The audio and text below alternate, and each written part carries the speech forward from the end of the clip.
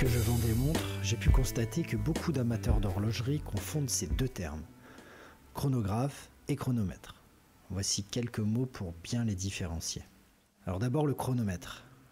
La chronométrie est la mesure précise du temps écoulé. Les travaux sur la chronométrie débutèrent à la fin du XVIIIe siècle. L'enjeu était de concevoir une montre ou une pendule capable de tenir l'heure pendant de longues minutes. En effet, la longitude, une des deux variables donnant une position sur le globe, se mesure en minutes.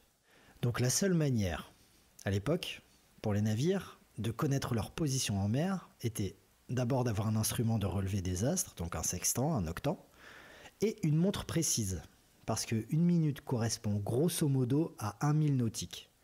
Donc pour quelques minutes d'écart entre le temps universel et la montre de bord, c'est les rochers et pas l'entrée du port pendant la brume ou pendant la nuit. On comprend maintenant l'enjeu énorme d'avoir une montre précise à bord des bateaux. Suite à de nombreux naufrages causés par de mauvaises estimations de position, et le plus souvent à cause de montres qui n'étaient pas précises, les armateurs britanniques pressèrent les horlogers d'inventer des montres précises et fiables.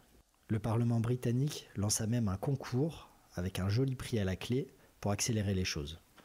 En plus, en mer, la houle provoque des accélérations et des décélérations parasites au bon fonctionnement d'une montre. La température, l'humidité aussi agissent directement sur le spiral du balancier. Ça crée vraiment des gros problèmes de réglage. Le chronomètre de marine vit donc le jour à la fin du XVIIIe siècle et a été créé par Harrison, un horloger britannique. Bon, c'était une énorme machine très compliquée à transporter, mais c'est là qu'a été inventé le premier chronomètre de marine. Par la suite, les modèles évolueront pour devenir plus petits. Un chronomètre de marine tient généralement dans une boîte, soutenue par des cardans qui sont accrochés à l'intérieur de la boîte et qui permettent de le maintenir à l'horizontale et ainsi compenser les effets de gîte et de roulis du bateau dans la houle.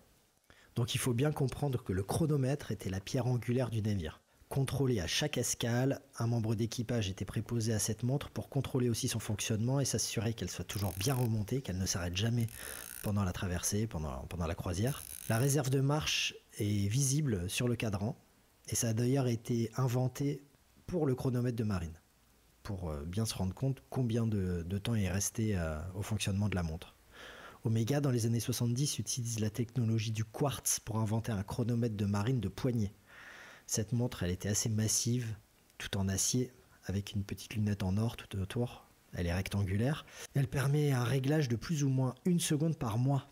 Donc c'est encore aujourd'hui la montre de poignée la plus précise, bien qu'il n'y ait plus aucun horloger qui possède la machine nécessaire à faire le réglage de cette fréquence de quartz qui est très haute. Donc par la suite, dans les années 20, la chronométrie fit l'objet de concours. Et par ce biais, de grandes avancées virent le jour.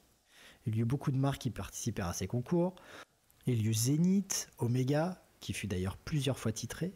Les gagnants de ces concours utilisaient ces arguments pour faire leur réclame, leur publicité. La chronométrie est toujours au cœur des préoccupations des horlogers aujourd'hui.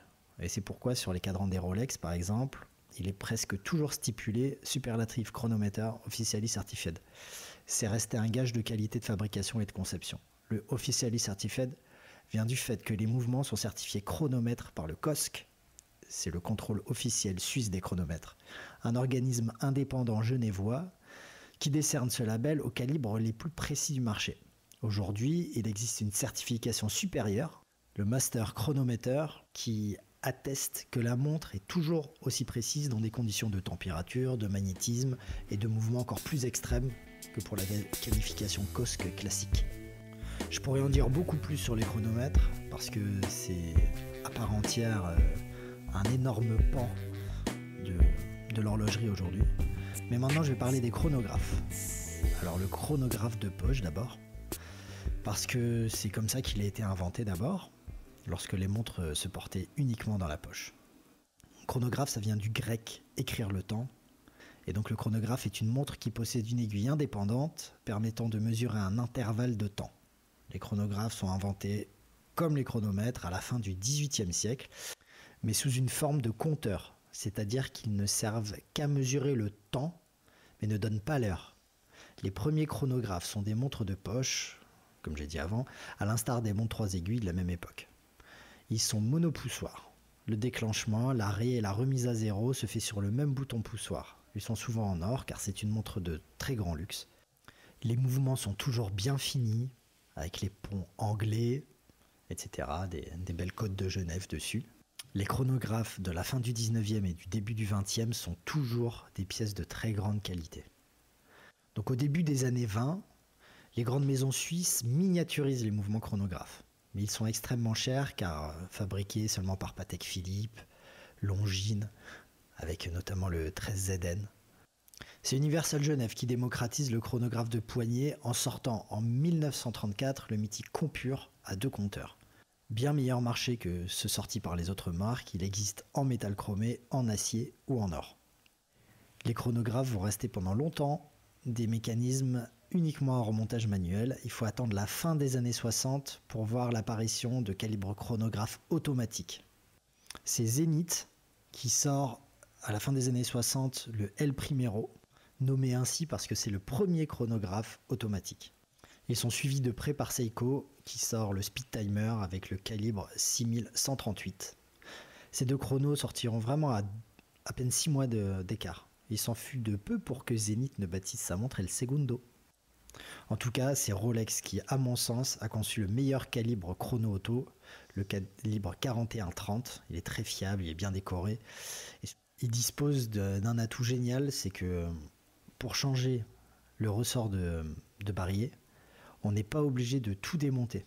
D'habitude, dans un chrono, ça prend autant de temps de faire une révision que de changer un ressort de barillet, alors que là, il suffit d'enlever le système automatique pour avoir accès directement au rocher de barillet et pouvoir changer ainsi le ressort.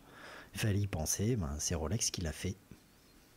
Alors dans la catégorie du chronographe automatique, le poids lourd vraiment c'est le Valjoux 7750, un vrai Big Mac, il fait 8 mm d'épaisseur. Il a été produit par Valjoux et ensuite par ETA et c'est le plus emboîté aujourd'hui. IWC l'emboîte, Breitling l'a emboîté énormément et j'en passe, c'est énorme. Il y a en fait fort peu de marques qui ont développé leur propre calibre chronographe. C'est très cher et très long, énormément d'investissement pour inventer un mouvement comme ça. Il faut donc être sûr de pouvoir en vendre beaucoup pour revenir sur son investissement.